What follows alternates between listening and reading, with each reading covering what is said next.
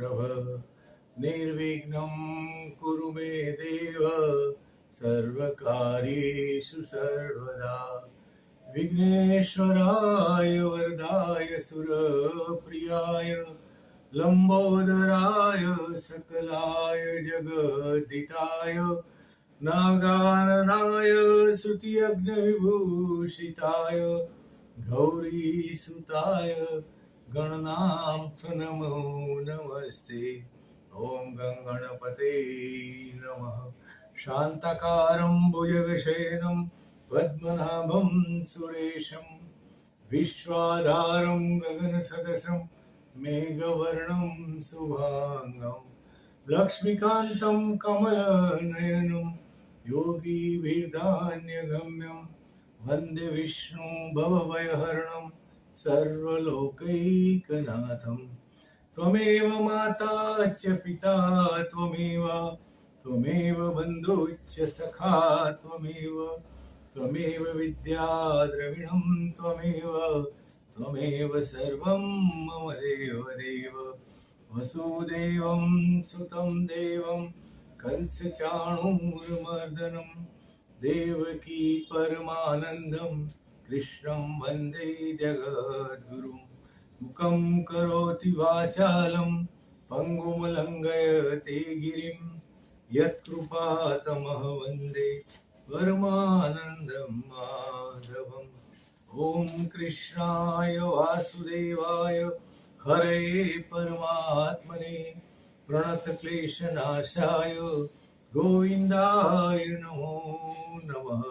गोविन्दाय नमो नमः।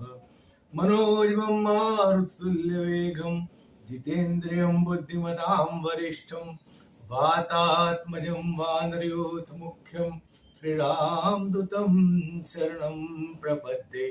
श्रीरामदूतं शरणं प्रपद्ये। ओम आइए हनुमंत बिराजिए कथा सुनो श्री राम की।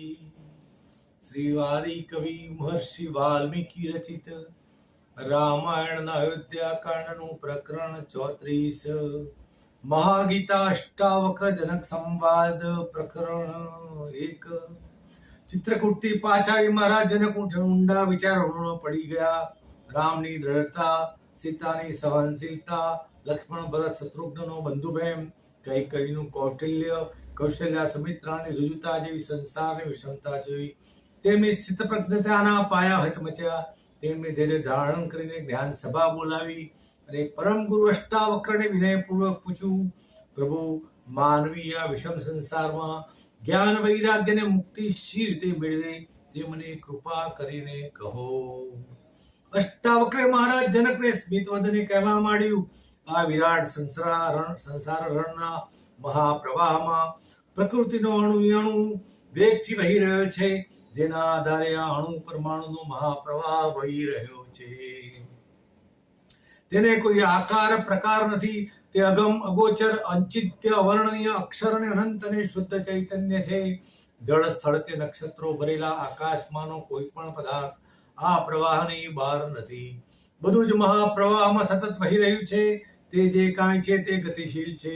તે ગતિમાંથી જન્મેલું હોવાથી જગત કહેવાય છે। તેમાંથી કોઈ પણ વસ્તુ નિત્ય અચલ કે દૃઢ નથી, બધું જ પરિવર્તનશીલ છે। જનકે 3 મહત્વના પ્રશ્નો પૂછ્યા, પ્રભુ જ્ઞાન વૈરાગ્ય ને મોક્ષ રીતે પ્રાપ્ત થાય? તેમાં પહેલો પ્રશ્ન જ્ઞાન માટેનો છે। આજે જે કાંઈ દેખાય છે તે દ્રશ્ય પ્રપંચ 5 તત્વોનો વિસ્તાર માત્ર છે અને તે પરિવર્તનશીલ હોવાથી તેમાંની કોઈ પણ વસ્તુ માનવી માટે તારક બળ બની શકે તેમ નથી। જેને નામ રૂપ ગુણ છે તે પદાર્થ માત્ર અનિત્ય છે। અનિત્ય પદાર્થો માનવીને શી રીતે શાશ્વત શાંતિ આપી શકે? શાંતિ માટે તો તેથી અધિક જોઈએ। આ પ્રકારની સમજણને જ્ઞાન કહ્યું છે। જનકે બીજી વાત વૈરાગ્યને પૂછી, માનવ જીવન દ્રશ્ય પ્રપંચ સાથે માળામાં રહેલા સૂત્ર અને મણકા પેટે ઓતપ્રોત છે। જે મણકો દોરામાં પરોવાયેલો છે, દોરો મણકામાં પરોવાયેલો છે, એ કહેવું કઠિન લાગે તેમ જીવન અને પ્રકૃતિ કોણ કોનામાં રહેલું છે તે કહેવું કઠિન લાગે છે। મનોવૃત્તિઓનો સંબંધ બાહ્ય પ્રકૃતિ સાથે એટલો બધો જોડાયેલો રહે છે કે અંતઃકરણ સાથે તેનો સંબંધ થઈ શકે એવી તેને કલ્પના પણ આવતી નથી.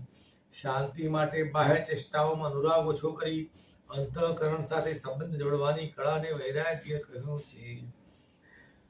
જનકનો ત્રીજો પ્રશ્ન મોક્ષ પ્રાપ્તિ માટેનો છે. તેના ઉત્તરમાં અષ્ટાવક્ર કહે છે, દેહાભિમાન પાસથી બંધાયો ચિરકાળથી છેદીને જ્ઞાન ખડગેથી માની હું બોધથા સુખી. હું દેવ છું એવા દેહાભિમાનના પાસેથી તું અનંતકાળથી બંધાયેલો છે. તો જ્ઞાનરૂપ ખડગથી પાસ તોડી નાખી મુક્ત થા અને હું બોધરૂપ છું એમ માની સુખી થા. તું તો કુટસ્થ એટલે કૂટ એરણ અને પર સ્થિર દળ નિશ્ચલ છે. લોહાર એરણ ઉપર ગણ કે હથોડાથી અને ગાંઠ કરે છે, છતાં એરણ કે ગણનું સ્વરૂપ ઘડાતું નથી. તું સંસારમાં ઓતપ્રોત રહેલો હોવાથી તારું નિજ સ્વરૂપ ભૂલી ગયો છે. તને સંગનો રંગ પૂરેપૂરો લાગી ચૂક્યો હોવાથી તે તારી નિર્મળતા ખોઈ દીધી છે. હવે તું પ્રત્યેક વસ્તુઓમાં ઇન્દ્રિયોના વિષયોમાં તટસ્થ સાક્ષી બનવાનો ધીરે ધીરે અભ્યાસ કર. તટસ્થ બન્યા પછી તું સહજ ભાવે કુટસ્થ બની જઈશ. આગળ જતા તેઓ સત્ય અને મિથ્યાની વ્યાખ્યા કરી પરમાત્માના સર્વવ્યાપીપણા વિશે કહે છે. જેટલા સાકાર દ્રશ્ય પદાર્થો છે તેને અસત્યમાન અને જે નિરાકાર છે તેને તું સત્યમાન. આ તત્વનો ઉપદેશ માનવીઓ માટે મોક્ષનો ઉપાય છે. આ દેહ આપણને દેખાય છે પરંતુ તે નાશવંત છે, મિથ્યા છે. દેહમાં રહેલું જે ચૈતન્ય છે તે દેખાતું નથી પરંતુ તે સત્ય છે. આ આત્મજ્ઞાનની પ્રાપ્તિથી પુનર્જન્મ મટી જાય છે. જેમ દર્પણમાં રહેલું પ્રતિબિંબ પડે છે તે પ્રતિબિંબમાં સર્વત્ર દર્પણ જ રહેલું છે. આ પ્રતિબિંબને સ્પર્શી શકાતું નથી, તેના નાક કાન મરડી શકાતા નથી. તેમ શરીરમાં અંદર બહાર સર્વત્ર પરમાત્મા શુદ્ધ ચૈતન્ય જ રહેલું છે. તેનાથી અન્ય બીજું કશું નથી. હે જનક, તું મુક્તિ ઈચ્છતો હોય તો વિષયોને સમજી ત્યજી દે અને ક્ષમા, સત્ય, દયા, સંતોષ રૂપી અમૃતનું પાન કર. જનકે કહ્યું, ભગવાન આપ કહો છો તેમજ હું જ દેહની આંખોમાં પેશીને જગત દર્શાવું છું, કાનોમાં પેશીને શબ્દ સંભળાવું છું, નાકમાં પેશીને ગંધનો અનુભવ કરાવું છું, જીભમાં પેશીને રસાસ્વાદ કરાવું છું, ત્વચામાં રહીને સ્પર્શ સુખનો આનંદ કરાવું છું. આ હું દેહ છું એમ અનુભવ કરાવું છું. દેહને પ્રકાશિત કરું છું તેમ જગતને પણ મારા વડે જ પ્રકાશિત કરું છું. જ્યારે મેં યુક્તિપૂર્વક મારા શરીર સહિત વિશ્વને અળગું ન કરીને આત્મદ્રષ્ટિથી જોયું તો મને તેનું મિથ્યાત્વ સમજાયું. શરીર અને વિશ્વ મિથ્યા જણાતા જ મને પરમાત્માનું દર્શન થયું. પ્રકૃતિ અને જીવાત્મા એકબીજા સાથે વસ્ત્ર અને તંતુની પેટે ઓતપ્રોત હતા. તંતુઓના લીધે જ વસ્ત્ર ભાસે છે. શેરડીના રસમાંથી બનેલી સાકર શેરડીના રસથી જ વ્યાપ્ત છે. અહમથી નિર્મિત થયેલું વિશ્વ અહમથી જ વ્યાપ્ત છે. આત્મા નથી તો પ્રકૃતિ નથી, તંતુ નથી તો વસ્ત્ર નથી, શેરડીનો રસ નથી તો સાકર નથી, અહમ નથી તો વિશ્વ નથી. જેમ ફીણ, તરંગો અને પરપોટા પાણીથી ભિન્ન નથી, તેમ આત્માથી પ્રગટેલું વિશ્વ આત્માથી ભિન્ન નથી. અજ્ઞાનથી કલ્પાયેલું રૂપું છીપમાં, સર્વ દોરડાઓમાં અને મૃગ સૂર્યના કિરણોમાં ભાસે છે. જેમ અન્ય શરીરને આપણાથી અલગ છે તેમ જોઈએ છીએ, તે રીતે તું જ્ઞાતા હોવાથી તારા દેહને સમગ્ર દ્રશ્યથી અલગ કરીને જો.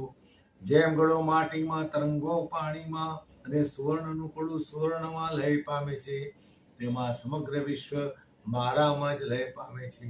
દીર્ઘકાળથી હું મોહ વડે ઠગાયેલો હતો, તેથી હું આત્માને યથાર્થ સમજી શક્યો ન હતો.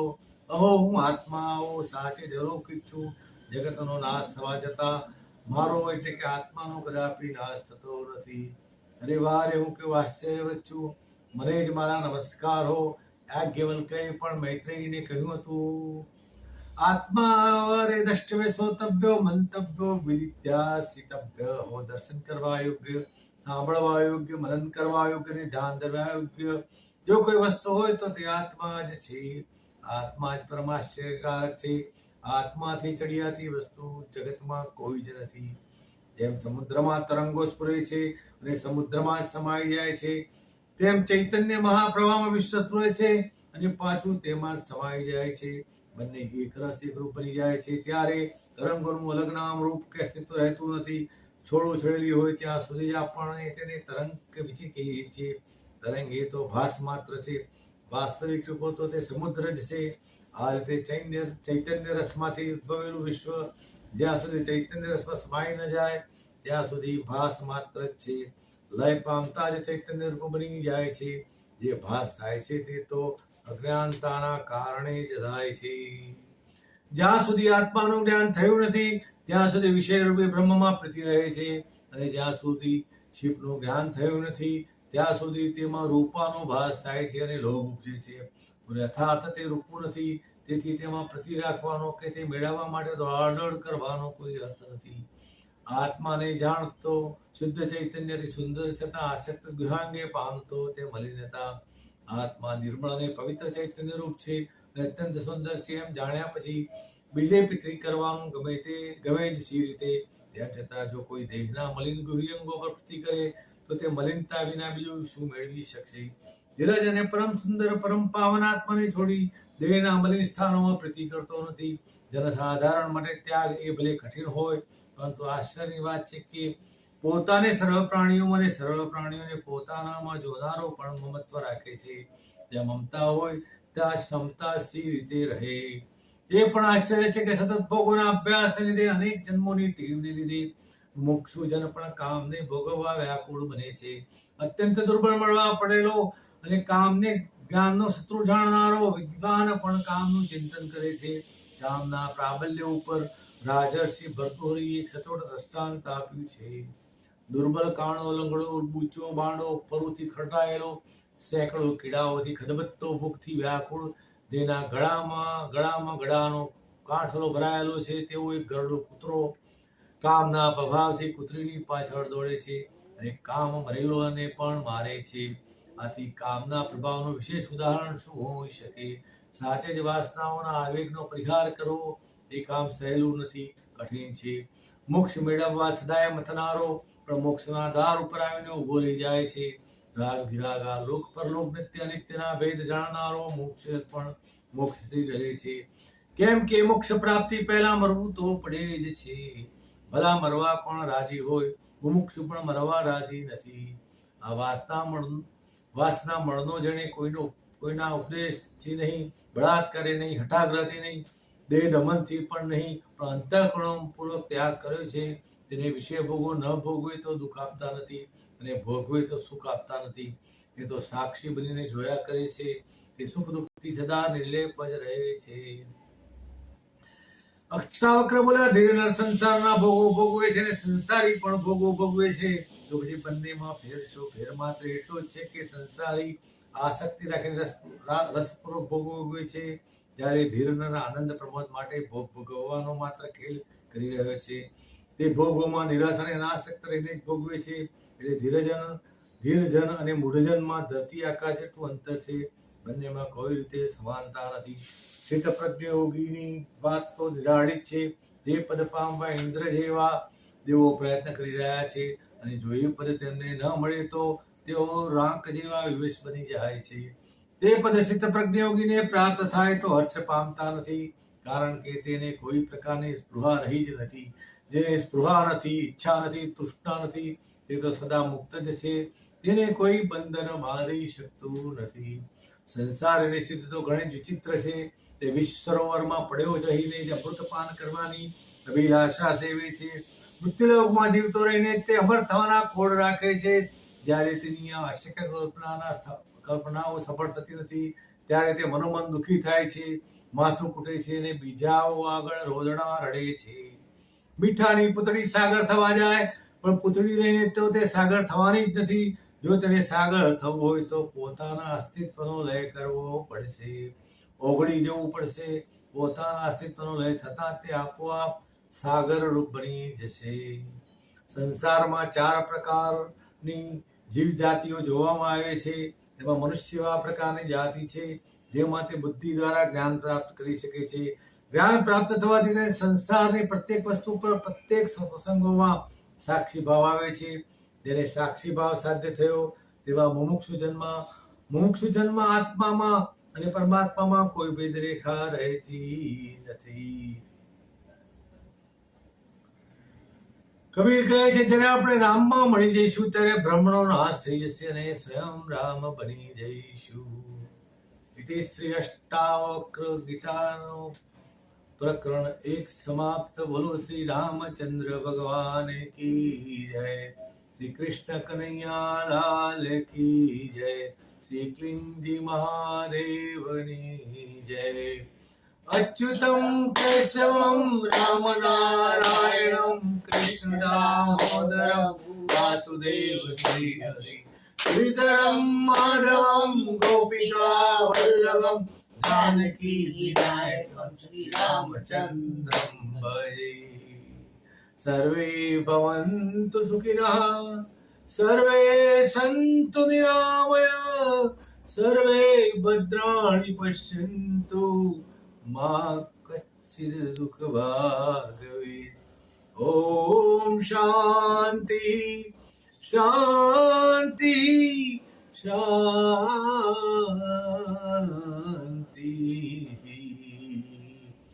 हरि ओम